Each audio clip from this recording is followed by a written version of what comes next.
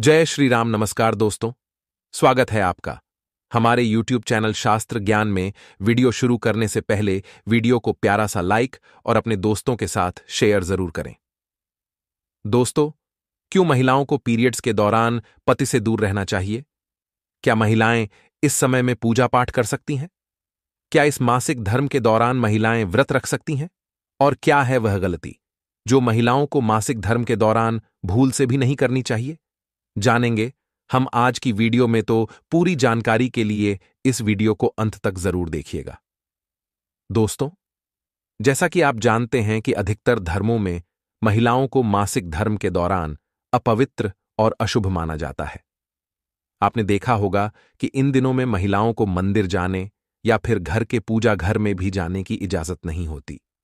लेकिन यहां यह सवाल उठता है कि जब धार्मिक रूप से महिलाओं को मासिक धर्म के दौरान अशुभ और पवित्र माना जाता है, तो फिर इस दौरान कोई व्रत क्यों रखती हैं महिलाएं, या फिर इस दौरान उन्हें व्रत करने से कोई फल मिलता भी है या नहीं?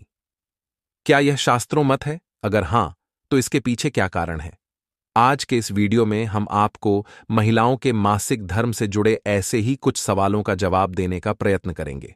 लेकिन उससे पहले आपसे रिक्वेस्ट है कि वीडियो को लाइक कर अपने दोस्तों के साथ शेयर करें, और अगर आपने अभी तक चैनल को सब्सक्राइब नहीं किया है तो सब्सक्राइब कर लें। दोस्तों, इन सवालों का जवाब देने से पहले आपको यह बता दूं कि भगवत पुराण के अनुसार मासिक धर्म के दौरान महिलाएं ब्रह्म हत्या जैसे पाप को झेल रही होती हैं। जी हां, भगवत पुराण में वर्णित कथा के अनुसार एक बार इंद्रदेव की किसी अपमानजनक बात से गुरु और बृहस्पति उनसे नाराज हो गए और वह स्वर्गलोक छोड़कर कहीं चले गए। उधर जब इस बात की सूचना असुरों को मिली तो असुरों ने देवलोक पर आक्रमण कर दिया, जिसमें देवराज को पराजय का सामना करना पड़ा और उन्हें अपनी गद्दी छोड़कर भागना पड़ा। उसके बाद इंद्र देव ब्रह्मा जी के पास पहुंचे और उनसे मदद करने को कहा। तब ब्रह्मा जी इंद्र से बोले, इस समस्या से निजात पाने के लिए तुम्हें एक ब्रह्मज्ञानी की सेवा करनी होगी। अगर वह तुम्हारी सेवा से प्रसन्न हो गए तो तुम्हें स्वर्गलोक वापस मिल जाएगा। उसके बाद ब्रह्मा जी के कहे अनुसार इंद्रदेव एक ब्रह्मज्ञानी की सेवा करने लगे। लेकिन इंद्रदेव इस बात से अनजान थे कि जिनकी वह सेवा कर रहे हैं उस ज्ञानी की माता असुर है, जिसकी वजह से उस ज्ञानी को असुरों से अधिक लगाव था। असुरों से अधिक लगाव की वजह से वह ब्रह्मज्ञानी इंद्रदेव की सारी हवन सामग्री देवताओं की बजाय असुरों को अर्पित कर देते थे। उधर कुछ दिनों बाद जब इस बात का पता इंद्रदेव को चला तो उन्होंने क्रोध में आकर उस ज्ञानी की हत्या कर दी। फिर उन्हें जब यह झात हुआ कि उन्होंने ब्रह्म हत्या का बहुत बड़ा अधर्म कर दिया है, तो वह एक फूल में छिपकर भगवान विष्णु की पूजा करने लगे।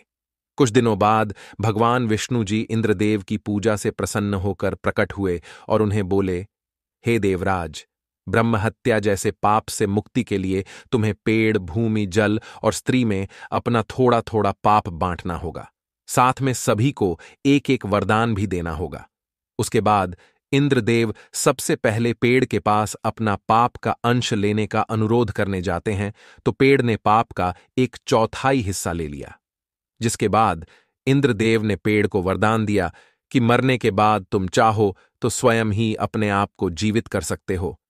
उसके बाद इंद्रदेव की विनती करने पर जल ने पाप का कुछ हिस्सा अपने साथ ले लिया।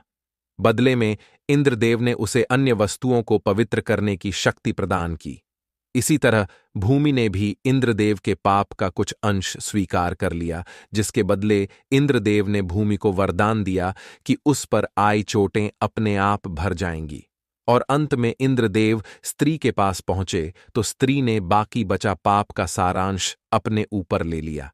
इसके बदले इंद्रदेव ने स्त्रियों को वरदान दिया कि पुरुषों की तुलना में महिलाएं काम का आनंद ज्यादा ले पाएंगी, और ऐसा माना जाता है कि तभी से महिलाएं मासिक धर्म के रूप में ब्रह्म हत्या का पाप झेल रही हैं।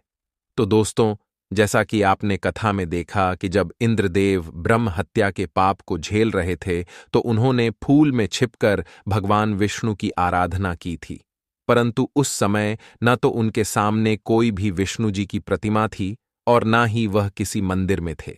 ठीक इसी तरह महिलाएं भी मासिक धर्म के दौरान व्रत तो कर सकती हैं, लेकिन मंदिर नहीं जा सकती और ना ही किसी मूर्ति की पूजा कर सकती है। परंतु अगर इस दौरान ऐसा करती है तो भगवत पुराण के अनुसार उसे पाप माना जाता है। यानी मासिक धर्म के दौरान अगर कोई स्त्री मंदिर चली जाती है या फिर किसी देव की प्रतिमा को पूजती है तो वह पाप की भागीदार मानी जाती है, जिसकी सजा उसे इसी जन्म में भुगतनी पड़ती है।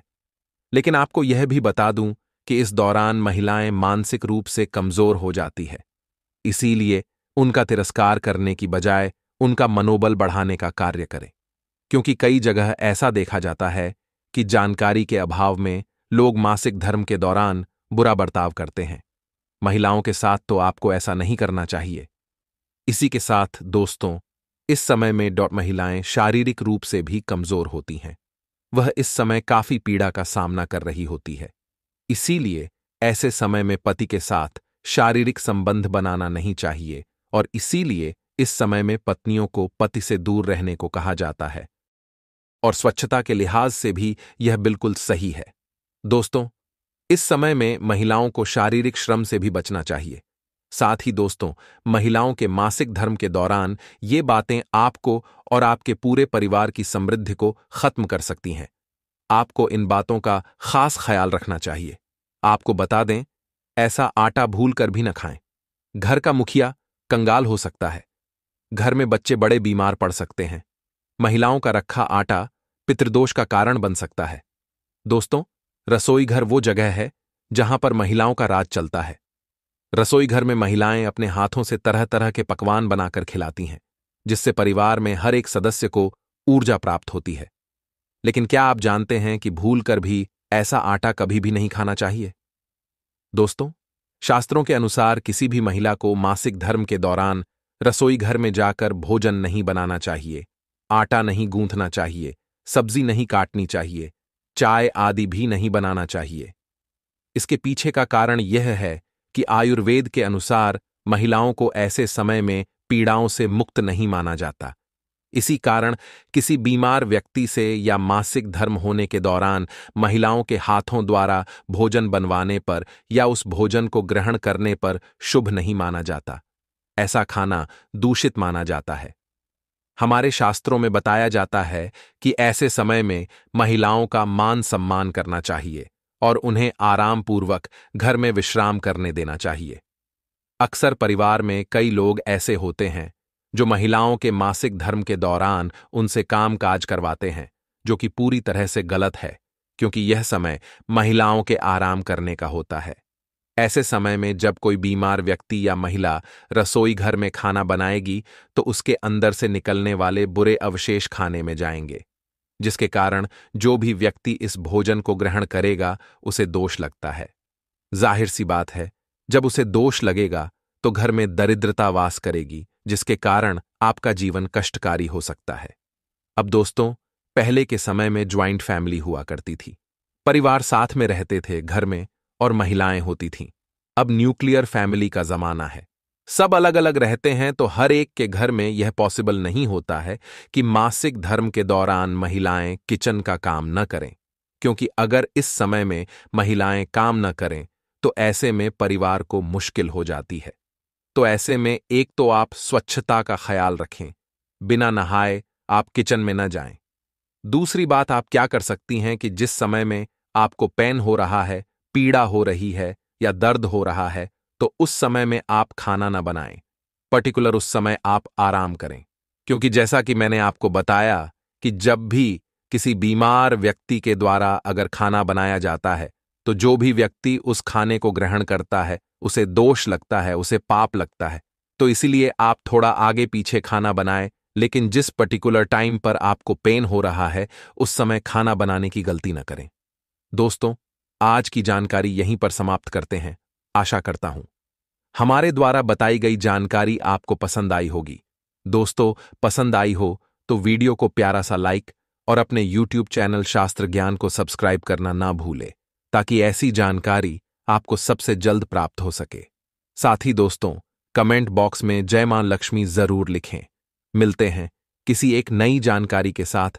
तब तक के लिए अपना ख्याल रखना। धन्यवाद।